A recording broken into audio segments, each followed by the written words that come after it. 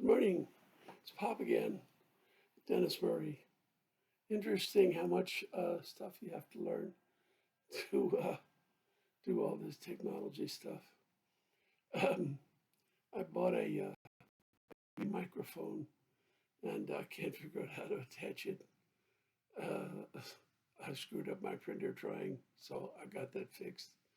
And I'll get one of my grandsons who's in the tech world to help me out. And I just sit down to the computer with the window wide open, the window shades up. And I thought there's something wrong. And all of a sudden I realized there's a huge amount of sunlight poured in this window. And it made the rest of my face very dark. It was just over here lit. There was nothing I could do.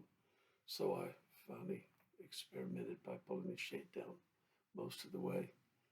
It's just, funny little stuff. But it's good for an old man to have to learn new things. Kind of keeps you from, you know, fossilizing your brain.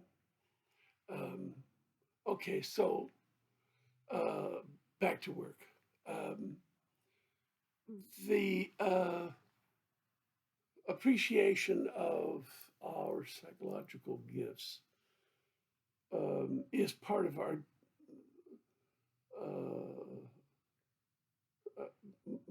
my whole general point of view about life, that we have more gifts to be thankful for than we were aware of, and we have more gifts to use to assist us in this wonderful business of creating a well-lived life.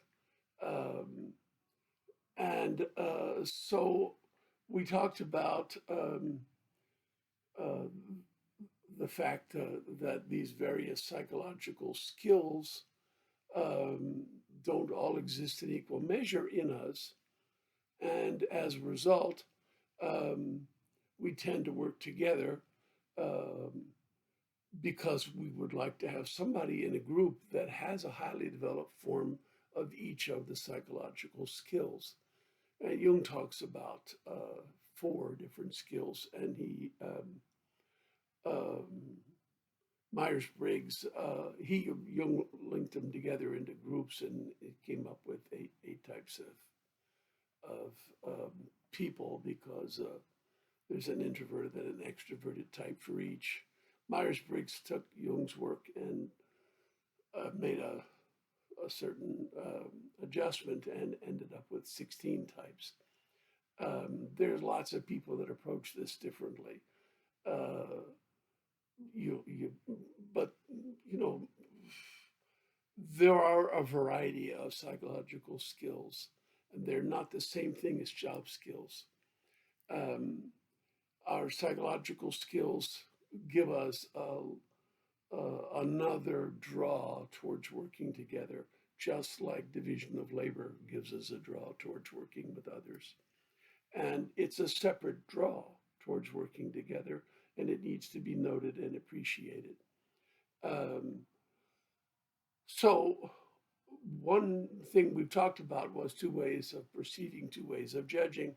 Like I said, not everybody accepts Jung's division of things into perceiving and judging, but there's a huge amount of psychologists all around the world who largely agree that there are these psychological skills.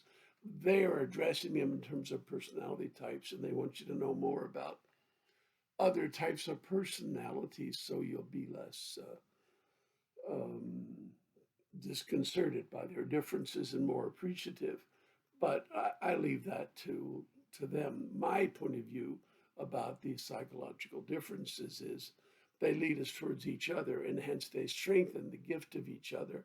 And hence the gift of each other is even more important than we had thought it was. And appreciating all our gifts and their qualities and usefulness is a very important part of changing yourself. Your big change is appreciating others, learning more about the gifts, including how many ways others, each other, contributes to your life, is very useful. And it may indeed help us out of our current mess, where this so much dislike of people on the extremes, and so many people on the extremes and so few in the middle.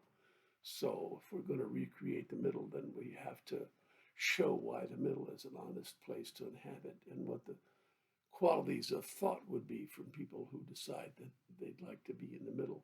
And one of them is appreciation, and that involves seeing appreciation of other people, including people who are on the extremes.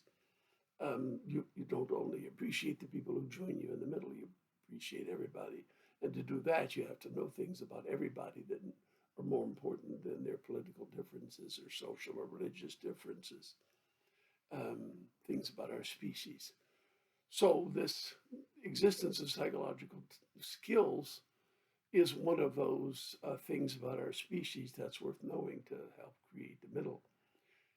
And at this moment, rather than go on more about the various psychological skills, and I think we've talked a bit about different ways of perceiving, different ways of judging, you'll get the general idea.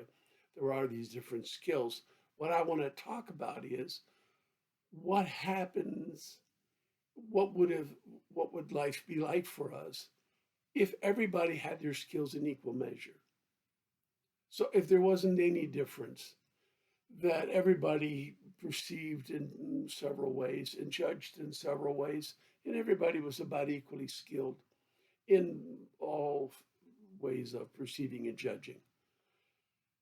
What would happen is we wouldn't thrive as much, item one, because we thrive in part, we thrive more than we would otherwise, because there's always somebody in the work group who has some, always, statistically, it's likely that there's somebody in the work group who has a highly developed form of a particular skill. And the work group then has the advantage of, in the group, finding highly developed forms of all of the skills. Somebody is awfully, awfully good at facts, and somebody is pretty darn good at figuring out possible ways the facts could go together. And somebody is pretty good at bringing a rule book to bear on the case, and somebody else at bringing a photo album of personal preferences to bear on the case. And in all instances, having a highly skilled version of these psychological skills in the work group increases the thriving that the work group is able to generate for mankind. And that's really something. But the second part is, in addition to having an important effect on the way our species has thrived, the amount of thriving our species has enjoyed, is the part about being led to each other. If everybody had, equal facility at all four or five or seven, argue if you want about how many psychological skills there are, but if everybody had all of the skills about equally, there'd be a lot less impetus to work together. What would you get from it? Well, you'd get division of labor. Okay, that's good, and that's not nothing either. So there would be some impetus to work together. But the second impetus, where your division of labor is more efficient, more effective, and creates more thriving, is because we don't have our skills equally. Some people have one skill highly developed, and the others are not so highly developed. And so you hope to get members with highly developed skills in a work group. Um, but the point is, if they were all even, that part of thriving would be gone, and that part of being led to each other would be gone. That's a real big price that we would have to pay. And it gives us some idea of what are the things that have helped our species thrive so much.